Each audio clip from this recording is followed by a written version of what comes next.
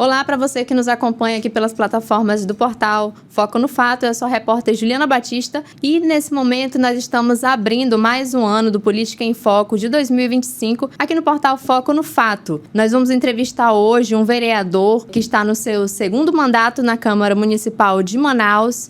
É o vereador Rodrigo Guedes, pelo Partido Progressistas. Seja muito bem-vindo aqui, fique à vontade. Muito obrigado por ter aceitado o nosso convite. Muito obrigado, Juliana. Obrigado ao Foco no Fato. É sempre uma grande honra. Sim, muito obrigada. E o Política em Foco, nós entrevistamos, conversamos com autoridades políticas, como vereadores, deputados estaduais e demais figuras políticas. E nós vamos nós vamos falar um pouco agora sobre a biografia do vereador Rodrigo Guedes, que é manauara.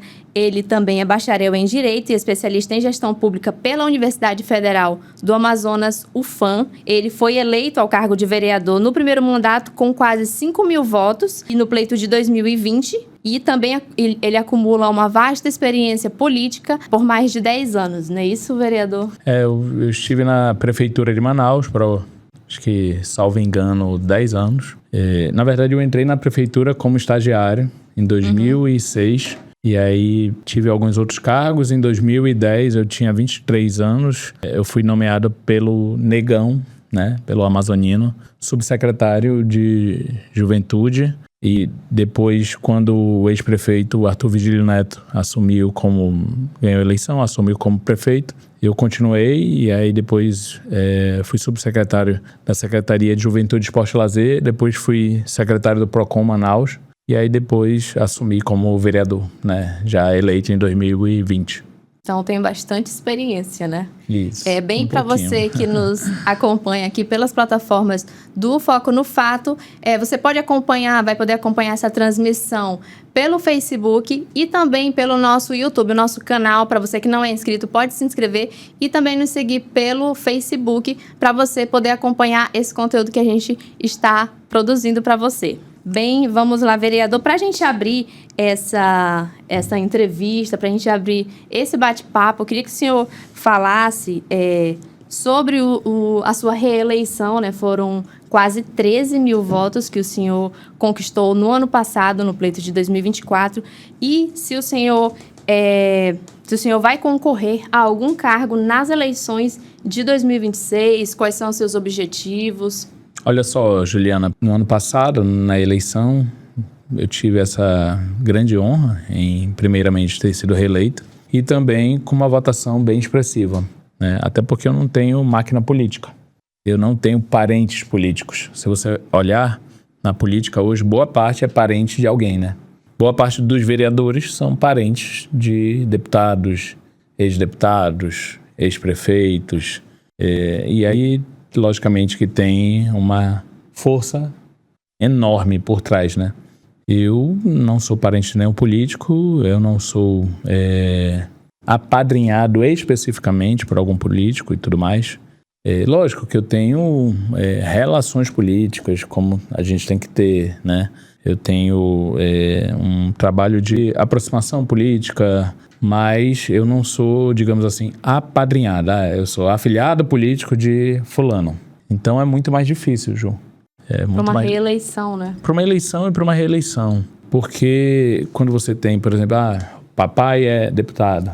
Aí tem toda uma estrutura de um gabinete de deputado que envolve 24 milhões de reais de emenda parlamentar, 50 e poucos mil do cotão, 60 assessores, força política, abertura nas secretarias. Disponível, né? Disponível. Então, foi bem difícil, né? Mas eu tive muito voto, eu considero, Ju, de o que a gente chama de voto de opinião, né? Que não é fruto de máquina, não é fruto de uma cesta básica, por exemplo, não é fruto de um buraco tapado. Foi voto de opinião, de pessoas que, eu considero que o Rodrigo faz um trabalho político correto, interessante, justo. Então, eu acho que isso foi um resultado de 4 anos de mandato que eu procurei ser bem atuante. E eu sempre na linha de que o vereador não é aquele que vai fazer assistencialismo. Você pode até ajudar as pessoas, não vejo problema nenhum nisso, muito pelo contrário, eu acho que tem que ter. Mas a função do vereador é fiscalizar. Se o vereador fiscalizar, E se a gente tivesse pelo menos ali 1/3 da Câmara que fiscalizasse de verdade, ou 15 de 41 vereadores, 20 seria um sonho, né? Eu tenho certeza que os serviços seriam bem melhores. Porque quando um vereador ele está ali cobrando, ele está vendo se o dinheiro público está sendo bem aplicado, se as políticas públicas estão sendo bem executadas, eu acho que o principal resultado disso não é o prefeito dizer, olha, eu estou atendendo aqui o pedido do vereador Rodrigo Guedes, por exemplo, e estou resolvendo aqui esse problema do programa Leite do Meu Filho. Eles não vão falar isso, eles não vão dizer que estão agora investindo, por exemplo, em drenagem porque a gente está cobrando. Mas eles acabam sendo compelidos a fazer. Quando a gente faz, às vezes, inclusive, algum vídeo diferente, digamos assim, às vezes é uma forma, para alguns pode parecer estranha, um vídeo mais irônico, né? Mas, às vezes, é mais resultado do que você diz, o convencional. Até porque se só tirar foto, ou só fazer um ofício, pegar um papel desse aqui, mandar para uma secretaria, resolver esse problema, Manaus, Amazonas e o Brasil não tinha nenhum, porque isso qualquer um faz. Sim. E vereador, teve a abertura, né, agora dos trabalhos na Câmara desse ano, no dia 1º. Nós tivemos, né, as definições das comissões, mas só que o senhor não está mais, né, na presidência de nenhuma delas, sendo que na legislatura passada o senhor estava, né? Isso. Na de defesa da pessoa com deficiência. Como é que o senhor vê isso? O senhor até chegou, na verdade, a publicar, né, nas suas redes sociais que o senhor viu como uma manobra política que fizeram para que outros, né, aliados, até mesmo ao Executivo Municipal, para assumir a presidência dessa comissão. Isso, exatamente, Ju. O jogo político funciona dessa forma. Quando você não está no grupinho, né, quando você não está na panelinha, logicamente você vai ficar de fora, né, do que eles têm ali como espaços de poder, espaços de influência, espaços de decisão. Quando eu lancei a minha candidatura a presidente da Câmara, lógico, eu tinha plena ciência da dificuldade, mas eu me neguei a negociar. Não vou negociar. Lógico que política você faz sim acordos, né? E sequer compreendo que a política você estar contra todo mundo. Muito pelo contrário, você precisa saber também articular, você precisa saber negociar, entre aspas, a boa negociação política. Mas não tinha como negociar, eu particularmente, com Davi Reis ou com Davi Almeida, porque eu considero que não faz nenhum sentido você negociar com pessoas que eu não vejo o mínimo de condições éticas de fazer uma negociação política, um acordo político.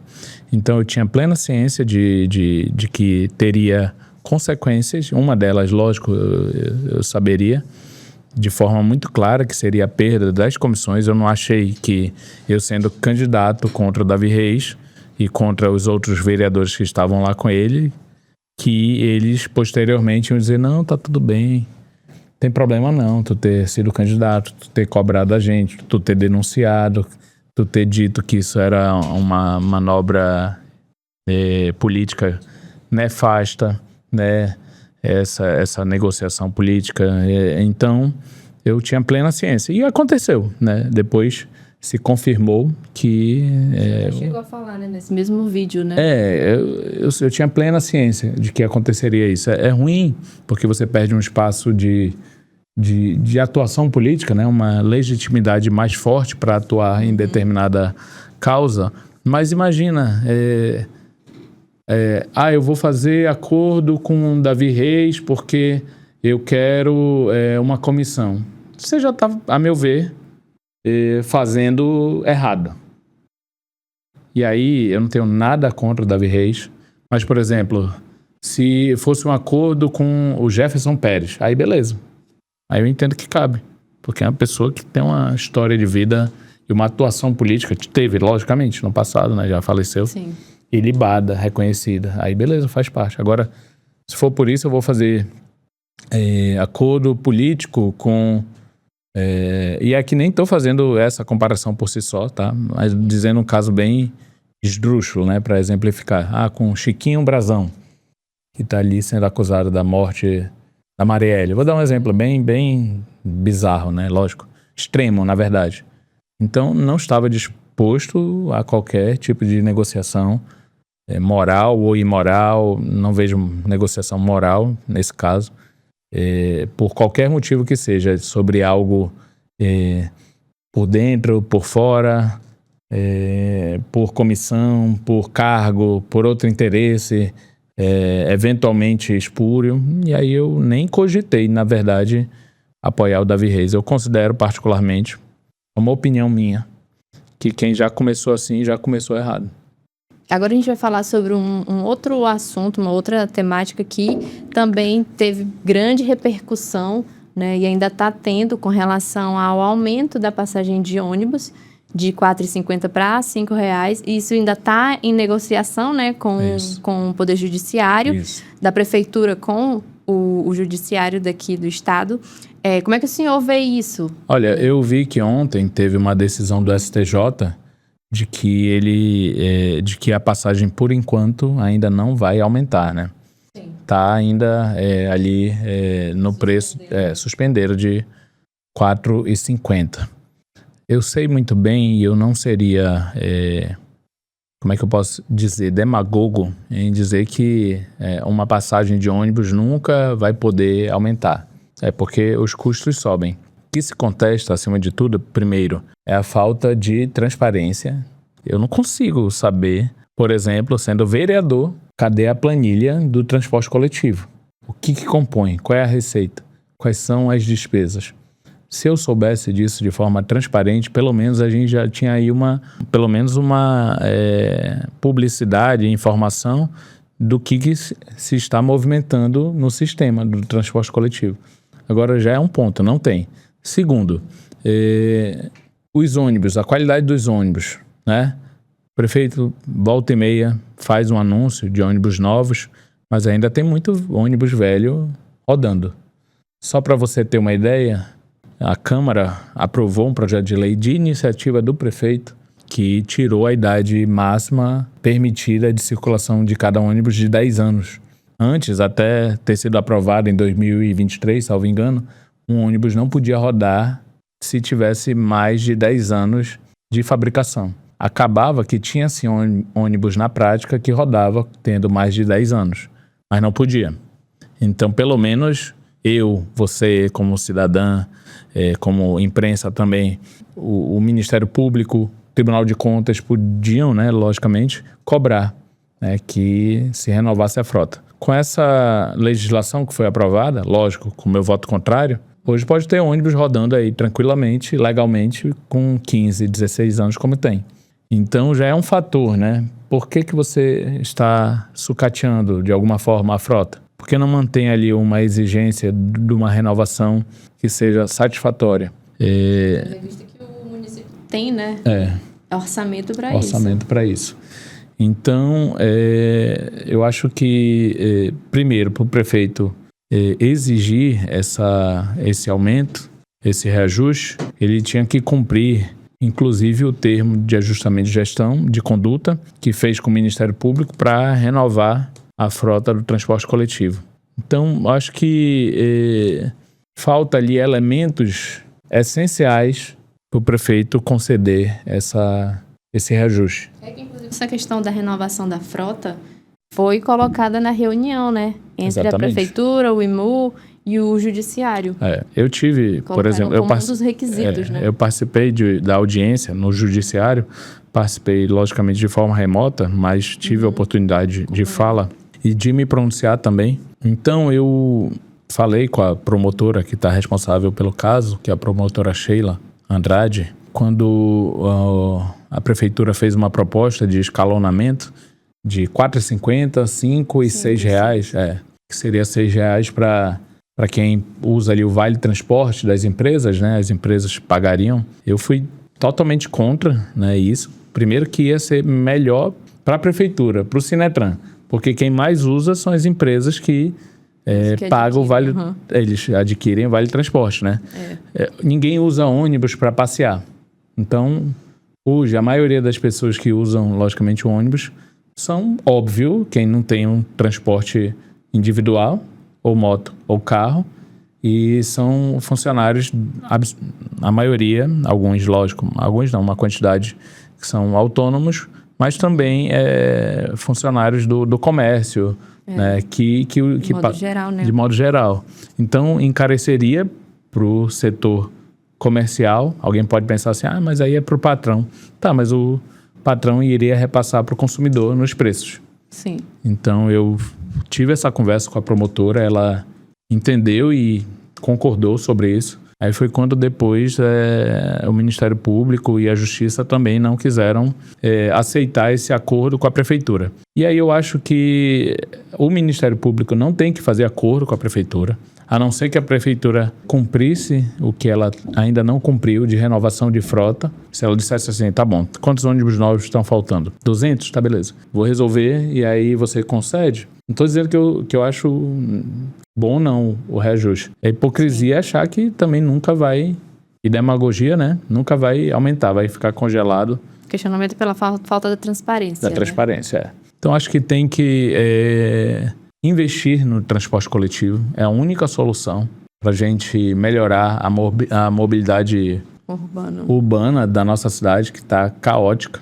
Porque, como é muito ruim, todo mundo busca um transporte individual. Quem tem o seu ou quem busca Uber e Ubermoto, né? E outros aplicativos. Então, o que acontece? É carro toda hora na rua, aumentando a frota e tá, assim, insuportável. Manaus está insuportável o trânsito, a mobilidade urbana, e só vai melhorar quando houver investimento no transporte coletivo para fazer com que pelo menos uma quantidade de pessoas volte a usar o transporte coletivo. Isso parece irreal, mas não é.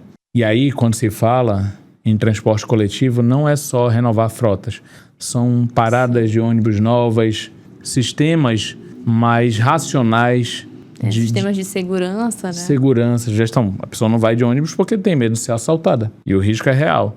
Terminais reformados, adequados, porque o uso do transporte coletivo não é só no momento que você está dentro do ônibus. Ele envolve desde a saída da sua casa, a parada ao ponto de ônibus, o ônibus por si só, o deslocamento e a volta. Se nós tivéssemos ou tivermos todo esse sistema adequado, eu tenho certeza que muitas pessoas vão voltar a usar o transporte coletivo, até porque ele é mais, na prática, ainda que não seja melhor, mas ele é mais econômico do que você ter que usar o Uber todo dia. Acaba que muitas pessoas usam porque demora muito, o ônibus vai atrasar. Falta de segurança. Falta de segurança. Então a gente tem que ter uma mobilidade urbana racional. Corredores de ônibus, e eles são importantes, na Constantino Neri, na Max Teixeira, a Cosme Ferreira, Torquato. Os principais corredores. Só que corredores de ônibus que não tem ônibus do lado direito. Não adianta ter do lado esquerdo e do lado direito, né? Que o transporte coletivo precisa sim ser prioridade. Então é benéfico você reduzir uma via de circulação para que circule ali ônibus de forma rápida e célere. Aí não adianta ter corredor de ônibus e, por exemplo, não ter passarelas, né? Toda hora ir parando ali o trânsito, na Constantino Neri, por exemplo. Não adianta ter passarelas e não ter cuidado com as passarelas. Então é um sistema. Isso mesmo. Só que o grande ponto é que o prefeito Davi Almeida, pelo que eu observo, ele acha que melhorar o transporte coletivo é só botar ônibus novos. E aí ônibus nas ruas principais de rota de ônibus esburacadas, o que vai acontecer com aquele ônibus em pouco tempo? Vai quebrar. Vai quebrar e vai menos um, né? Menos um. Então, eu acho que a gente precisa, assim, a única solução para a gente ter uma melhoria de qualidade de vida, de mobilidade urbana, as pessoas sofrerem menos no trânsito, quem está no carro, mas acima de tudo quem está dentro dos ônibus ou usando o transporte coletivo, é a gente ter uma gestão racional melhor do nosso sistema de transporte e trânsito, que é a mobilidade urbana da nossa cidade. Bem, vereador, agora o próximo assunto que nós vamos tratar é sobre a viagem do prefeito Davi Almeida ao Caribe. Isso foi um assunto de grande repercussão, na verdade, em sentido nacional, né? Isso. Gostaria que o senhor falasse sobre isso, que o senhor protocolou um requerimento na Câmara, né? E a oposição chegou a contestar isso, a contestar o senhor, juntamente com os outros vereadores que fazem também oposição. A base do prefeito muito forte ali, né? Derrubaram o requerimento. O que a gente quer saber é se houve ali uma relação espúria do público com o privado. Eu não quero saber se o prefeito está feliz, está infeliz. Lógico que a gente contesta o excesso de viagens, né? Mas ele, como ser humano, tem direito de férias, de se divertir, apesar de já ter tirado férias em janeiro, salvo engano. Mas, assim, ele viaja com fornecedores da Prefeitura de Manaus. Uma viagem dessa não é barata, né? Eu não quero que ele possa ir só para Alter do Chão, que é aqui do lado. Eu não acho que ele deve ir só para Fortaleza. Ele pode, é prefeito. Mas essa conta aí não fecha, né? Se a gente botar na ponta do lápis, uma viagem claramente um valor considerável que se gasta numa viagem dessa, o que demonstrou ali. Então, eu considero que só tem duas hipóteses. Ou ele tem muito mais dinheiro, né, do que ele declara. Declaração de bens dele 1,4 milhão de reais. Isso não é nem o apartamento dele, no edifício Castelli. Que atualmente o salário do prefeito está aí na base de 35 mil, né? Agora, né? Até o ano passado era 27 mil, né? Votei contra. 27 mil bruto, líquido, 18 mil e alguma coisa. 19 mil. Então, ele disse ali que o cartão de crédito dele da viagem estava em 18 mil. 18 mil não é nem eu acho que 4 dias de hospedagem, 3 dias. Acho que não. Esses hotéis nesses lugares são caríssimos. Uma hospedagem é o quê? Uma diária, $3.000? Por aí, fazendo uma pesquisa, né? $2.000, 2.500, vezes 5. Então aí já só de uma semana, vezes uma semana, só de hospedagem dá o quê? Uns 100 e poucos mil reais, né? Na ponta do lápis. Então já não é mais os 18 mil. Então é isso que a gente contesta. Não é que eu quero, o prefeito não pode se divertir e tal, perseguição. É que a gente quer saber quem está pagando só. Ou alguém pagou para ele, ou ele tem uma renda muito maior do que é a que ele declara. Como se trata de uma viagem internacional, ou ele pagou as coisas no Pix, no cartão de crédito. Né? Nem sei se dá para pagar ele em Pix, mas no cartão de crédito. Ou ele pagou em dinheiro. Só que para pagar em dinheiro, tem que declarar esse dinheiro que se viaja. Ele declarou? Então essas respostas que a gente quer. Se essa viagem foi custeada por ele, ou se foi custeado por algum empresário, algum parceiro, porque ele estava com fornecedores da prefeitura que já receberam quase 300 milhões de reais na gestão do Davi Almeida. E se alguém pagou para ele, isso configura-se corrupção passiva. Corrupção não é só você aceitar um dinheiro, aquela cena do pegando o maço ali de dinheiro, né? Corrupção também é você aceitar algum presente substancial. Lógico, eu não estou falando de aceitar uma camisa de presente de aniversário. Então, de um presente caro, um carro, uma viagem, isso também é corrupção. Expressivo, né? E nossa função, a minha pelo menos, é fiscalizar, é investigar, é cobrar. A função do parlamentar é essa. Então a gente contestou e está contestando nesse sentido, até que os órgãos de fiscalização, de controle, verificação da questão do dinheiro público, eles se manifestem, eles possam exercer também seu papel de investigar com os instrumentos que tem, quebra de sigilo, em sigilo fiscal, bancário, né? É só isso que a gente quer, é só essa resposta. Ninguém quer saber da vida pessoal do prefeito. E, vereador, ainda falando sobre essa questão de recurso público, nós tivemos aí um empréstimo, né, de mais de 2 bilhões que a Prefeitura de Manaus realizou, e o senhor chegou a combater isso, né, na Câmara. O senhor, junto também com outros vereadores, como o vereador Rodrigo Sá, o vereador Sargento Salazar, Coronel Rosses, Capitão Carpê também, né? Isso. E vocês chegaram a entrar num embate, né, na Câmara com relação a isso, sobre o requerimento E até agora a gente tem 11 assinaturas. Chegou até, tem mais? Já chegou? Olha só, mais o assinaturas? pedido da CPI, né? Primeiro, dinheiro para Manaus sempre é bem-vindo. Só que esse dinheiro vai para onde? Já foi contraído de empréstimo quase 2 bilhões de reais. Então a gente não pode ficar toda hora fazendo com que Manaus se endivide, porque essa conta chega, né? Alguém vai pagar. Isso foi entre 2021 e 2024, né? Exatamente. E aí com mais 2,6 bilhões, como essa conta fica em quê? Quase 5 bilhões de reais, né? 4 bilhões e alguma coisa, né? Então, quem vai pagar essa conta é o povo. Todo mundo sabe que sobre empréstimo corre o quê? Juros e correção monetária. Então, fosse um por um, pega um e paga um, né? Mas não é.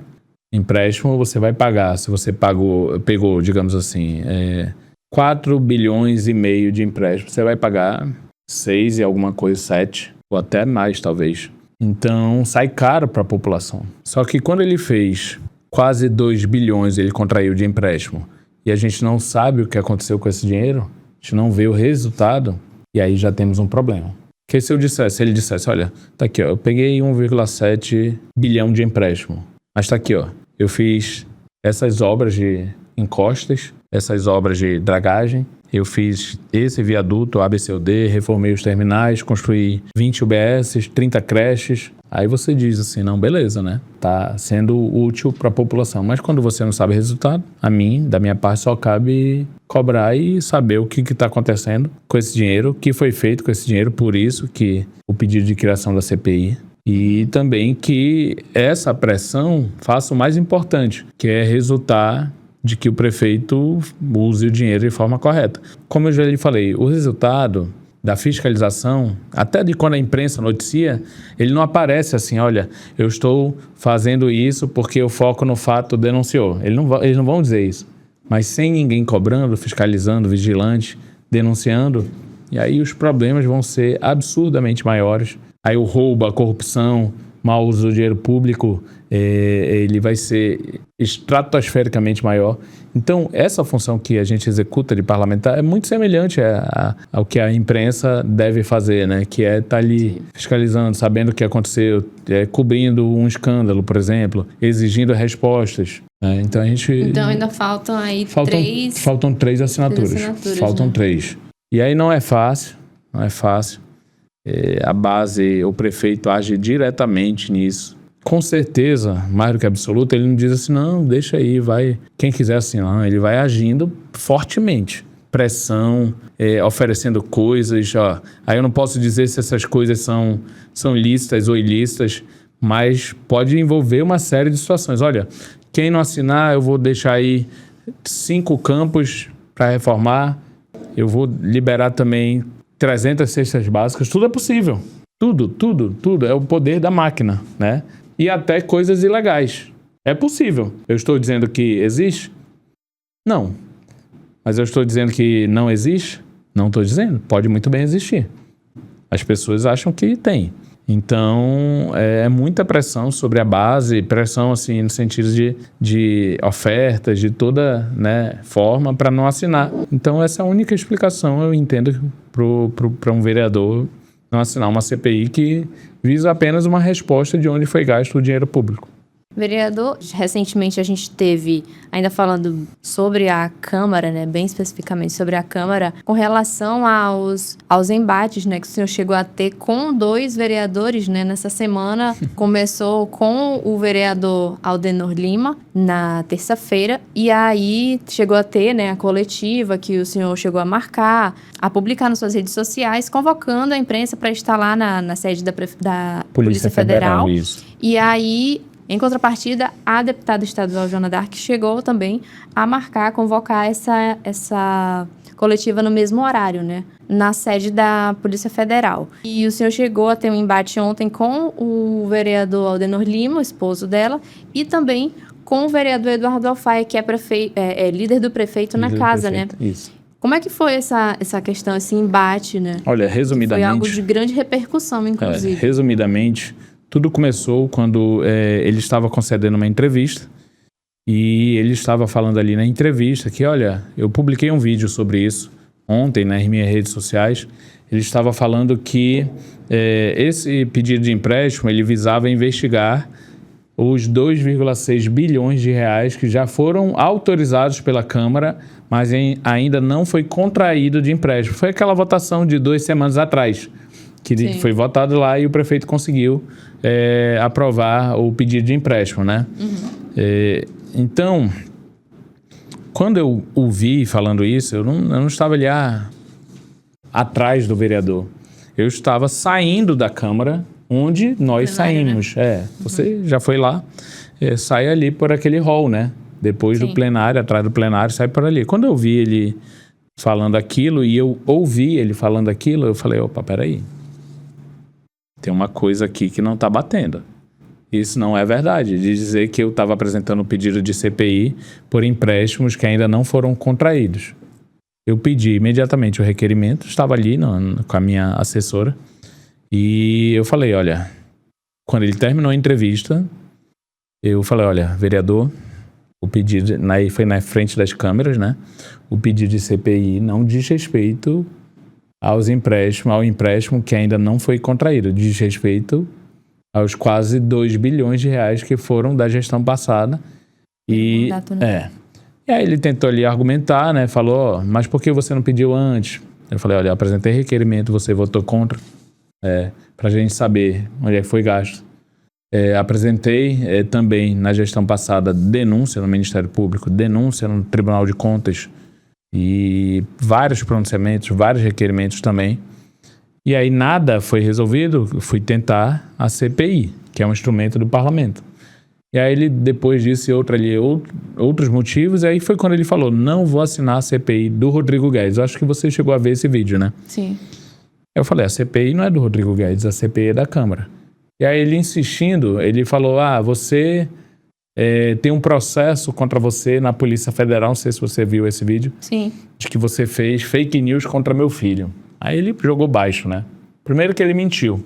Eu desafio ele a provar que ele não mentiu, né? Eu desafio ele a me mostrar qualquer coisa que simplesmente eu fui sequer citado. Aí, lógico, Juliana, a coisa mais importante que nós temos é o quê? Né? Fora a nossa vida, é a nossa dignidade, né? Quem não tem dignidade talvez não se importe. Eu vivo da minha imagem, né? Uma pessoa pública, o que ele tem para vender fora, lógico, realizações é seu caráter, sua ética. Se ele diz que eu havia atacado o filho dele, supostamente ali, uma criança, né, que já é grave, uma criança com deficiência, eu não vou deixar de forma alguma de me defender, não é defender. Se fosse verdade, se tivesse 0,0000001% ali, no final de suspeita de ser verdade, mas não tinha nada. Ele mentiu. E ele, mais do que mentiu, ele cometeu um crime. Ele imputou a mim uma prática criminosa. Imediatamente eu marco uma coletiva na Polícia Federal, onde protocolei um requerimento para saber, né, para a Polícia Federal responder se existiu nesses 525 anos de Brasil, ou nos meus 39 anos de idade, qualquer procedimento contra mim. Não existiu. Ele mentiu. Ela, para defender o marido, sustentou a mentira. E aí pegou ali, começou a pegar um caso ali de 2022, que o ex-vereador e hoje deputado federal, Ramon. Disse que eu tinha um gabinete do ódio, sabe? Eu acho que eles me acham muito mais poderoso do que eu sou para sustentar uma rede de... Sou um vereador de oposição. Não tenho máquina, não tenho estrutura, vereador mais econômico de Manaus, né? Agora, é lógico, eu tenho cobertura, né?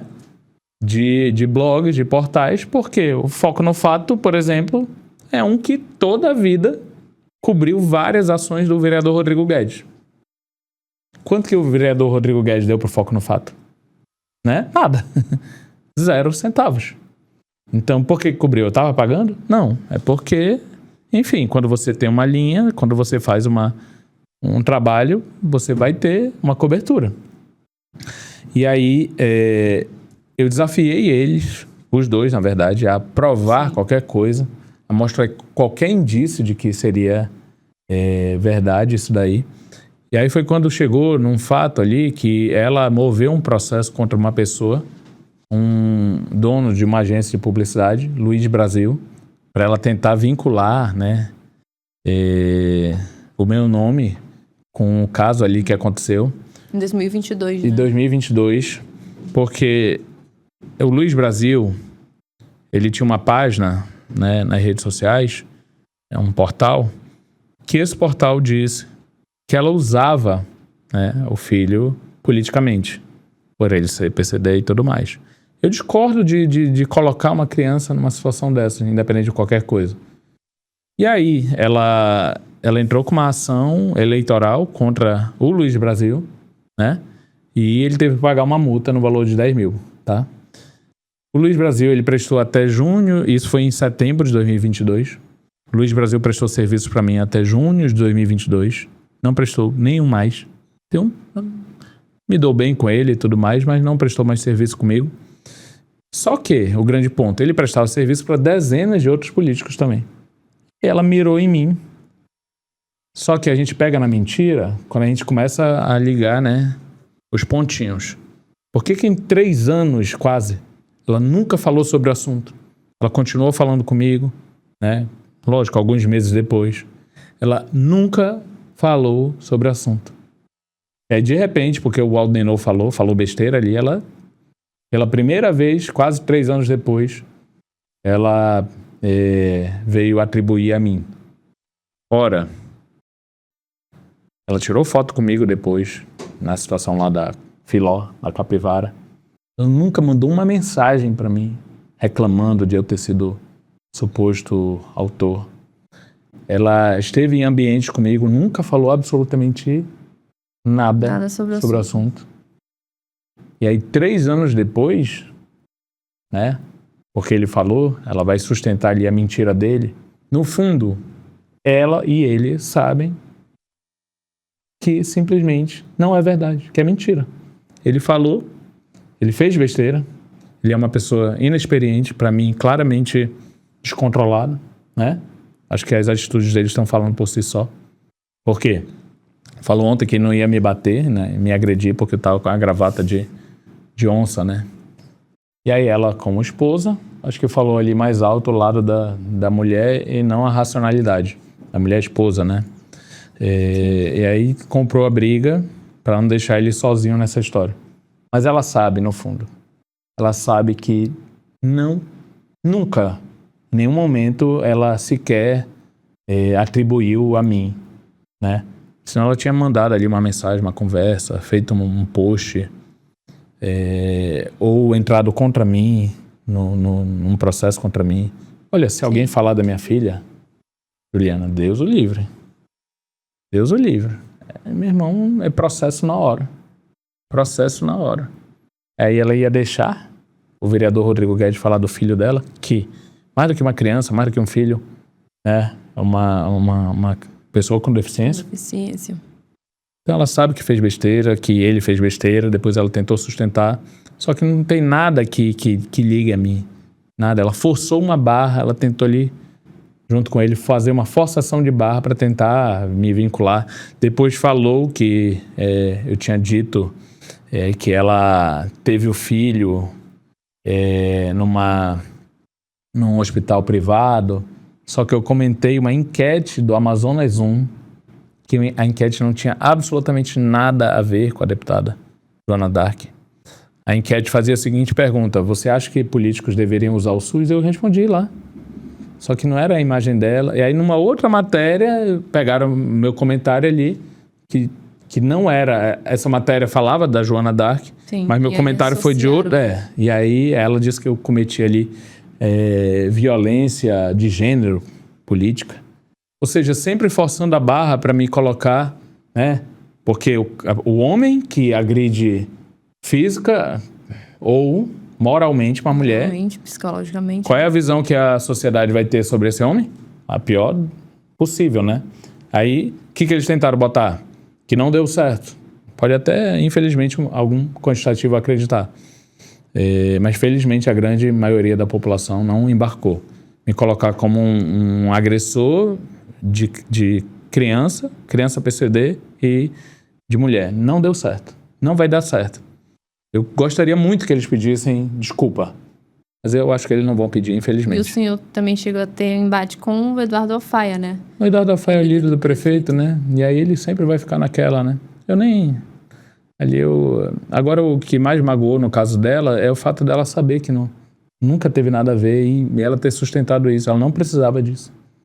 Era só dizer, olha, esquece esse assunto aí, entendeu? Eles também chegaram a falar sobre... Eles vão continuar dizendo, né, pelo que eu vi. Sobre uma CPI para investigar o senhor, né?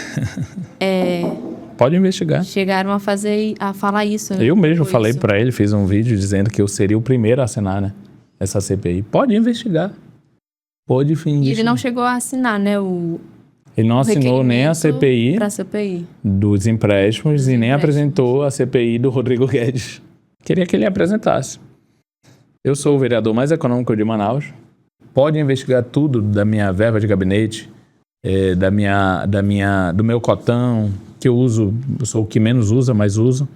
Até porque é instrumento ali de trabalho. Só não pode ter corrupção sobre ele e não usar de forma desmedida, a meu ver. Mas pode investigar. Agora, eu teria medo, se eu fosse ele, de investigação sobre o cotão deles. Não sou eu que estouro a boca do balão ali. Não sou eu que gasto 20 mil de combustível por mês. Para fazer o cálculo, quantas voltas daria para dar ali na terra com esse valor? Então, não sou eu que apresento gastos ali claramente suspeitos. Então, vereador, eu acho que eles mesmos puxaram ali, mano, não entra nisso não. Você acha, Ju, de verdade, a essa altura do campeonato, 4 anos depois que não investigaram minha verba de gabinete, meu cotão, eles têm a estrutura, eles têm a máquina, eles têm o poder. Eu acho que nunca mexeram ali. Deve ter revirado minha vida de cabeça para baixo. Se eu atraso IPTU, se eu atraso a conta de energia, se tem alguma coisa na minha vida pessoal que seja moralmente ilegal, né? Ilegal, grave, detonável, digamos assim. Investigaram tudo, não acharam. E eu procuro, né? Lógico, a gente falha como ser humano, como pessoa pública também, só que eu procuro sempre fazer as coisas de forma correta para também não deixar nenhuma margem para tentar me derrubar. E se a gente não fazendo, já tentam jogar ali mentiras, né? Com o uso da máquina pública. Se eu fizer, aí vão me pegar imediatamente. Mas eu não deixo de fazer só para não ser pego. Porque eu acho isso o básico, assim, sabe? Eu acho que a gente tem que ter aí... não tem que ser um mérito. O Rodrigo é um cara honesto. Eu acho que se o Brasil fosse um pouquinho... né, tivesse uma cultura um pouco melhor de questão de honestidade mesmo, independente de ser pessoa pública ou não, isso seria a regra, não a exceção. Vereador, a gente vai estar caminhando para o fim dessa entrevista e para a gente concluir, a última pergunta seria sobre a questão do Progressistas, né? Quem faz parte ali na Câmara é o senhor e o vereador Rodrigo Sá, né? E como é que vocês veem assim, essa oposição de vocês ali na Câmara, né? Enquanto progressistas? Pois é, o vereador Rodrigo Sá, que é o presidente do PP, Progressistas, a gente tem uma relação muito boa. Ele é um vereador, tem se mostrado muito qualitativo, né? Eu acho que tem sido uma surpresa positiva. Não que eu não tivesse ciência da capacidade técnica dele. Agora, quando a gente... alguém vai entrar, a gente nunca sabe, né, se ele vai ser uma linha combativa ou se vai ser mais um. E ele segue o mesmo posicionamento que o senhor, né? Faz embates, confrontos, né? Exatamente. Então, para mim, foi bem, bem positivo. Acho que ele tem se mostrado um vereador qualitativo. Isso é legal. Então, a gente tem uma relação muito boa e para mim foi uma grata surpresa de uma atuação bem, bem destacada positivamente. Eu tenho uma... E fora a pessoa, né? Ele tem se mostrado sempre muito ponderado e tudo mais. E como é que o senhor vê a relação da Câmara de Manaus com o Executivo, com a Prefeitura? Sempre subserviente, né? Às vezes um pouco mais, às vezes um pouco menos.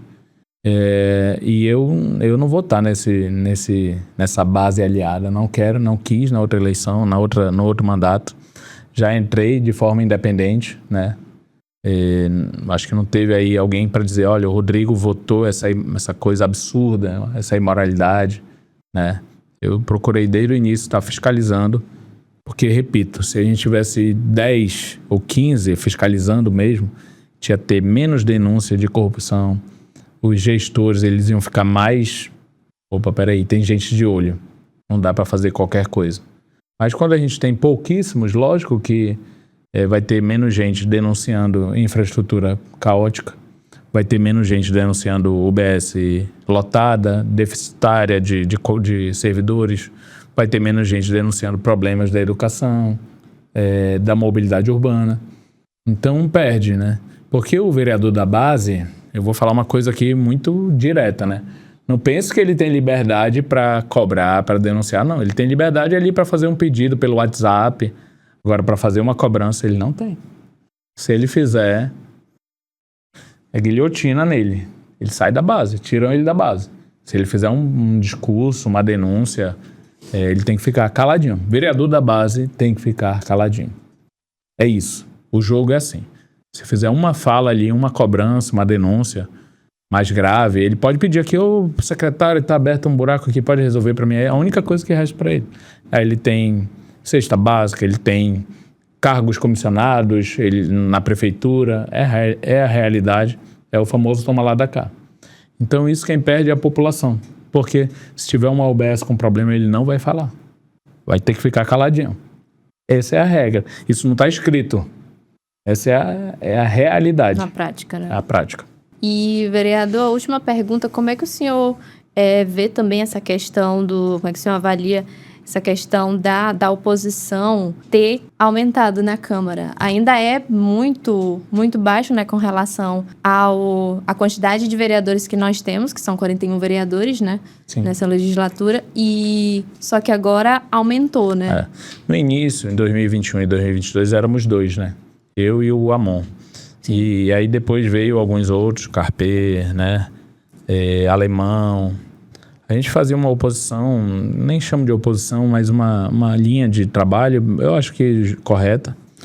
Agora apareceram também, né, o Salazar, o José Ricardo, o Rosses, Rodrigo Sá. Então, eu acho que a gente deu um ganho quantitativo, qualitativo também, de maneiras diferentes. O Zé Ricardo é um pouco mais técnico, mas ele faz uma linha legal de cobrança, ele é bem inteligente, capacitado, né? Ele é muito inteligente, na verdade, tem uma formação acadêmica, profissional. Né? Aí tem o Salazar, né, que é daquele jeito, né, engraçado e tudo mais, mas também faz uma linha legal. Eu gosto de uma forma diferente. Eu também, às vezes, faço esse tipo de uma política um pouco mais inusitada. Rosses, legal, considero bem combativo. O Rodrigo Sá, né, o Carpê também. Eu acho que a gente, infelizmente, está nesse quantitativo aí, né? Dificilmente vai sair disso daí. O resto tá na base, basicamente. Tá certo, então. Muito obrigada, vereador, por ter aceitado o convite do Obrigado a vocês. Muito obrigado. E o senhor pode fazer as suas considerações finais. Primeiramente, mais uma vez, muito obrigado. Eu sou leitor do Foco no Fato desde o início, né? E é importante, né? Esses veículos de comunicação que realmente fazem também um papel de noticiar sem virar instrumento político, né? Porque alguns, infelizmente, é portal de aluguel, né? Então, Foco no Fato cumpre esse papel de informar de forma independente e imparcial, e isso realmente me satisfaz eu ter essa oportunidade de estar aqui. No mais, estou lá, estou lutando, estou cobrando, estou enfrentando, estou batendo de frente. Não é fácil, a gente acerta, a gente erra, todos somos falíveis, mas eu estou, acima de tudo, procurando acertar e fazer o correto. Felizmente, Não teve um voto meu em 4 anos e pouco que foi contra a população, não teve uma denúncia de verdade, teve tentativa de denúncia em relação a mim, mas alguma que pôde ser confirmada, não teve. E teve muita tentativa, né? De tirar ali minha credibilidade. Mas eu estou procurando fazer sempre o certo e aí eles podem tentar. Infelizmente, sim, muita gente acredita, porque às vezes as pessoas não sabem o que tem por trás ali de alguns portais de aluguel, mas vamos continuar trabalhando. Não é fácil estar de forma independente. Alguém liga, Rodrigo, tem um buraco aqui na frente da minha casa, e aí a prefeitura dá ordem mesmo, o prefeito não é para atender. Pedido do Rodrigo Guedes, do Salazar, para quê? Para não fortalecer. Não é que é uma obrigação, mas na prática eles dizem assim, não é para atender, porque senão ele ganha ali uma pessoa que fica satisfeita com ele, um crédito político, eles usam a máquina pública como fosse deles. Mas isso tampouco vai fazer com que eu entre nesse toma lá da cá, né? Até porque o certo é as coisas acontecerem sem depender do pedido do vereador, mas porque é obrigação. E aí se outros viessem dessa forma, as coisas iriam acontecer sem o vereador precisar se vender, né, para o executivo ou o deputado também. Tá certo, muito obrigada, vereador Rodrigo Guedes. Bem, nós entrevistamos no Política em Foco de hoje o vereador Rodrigo Guedes pelo Partido Progressistas. E para você acompanhar essa transmissão, é só você ir no nosso canal no YouTube ou então no nosso Facebook. Nós ficamos por aqui, agradecemos a sua participação e até mais.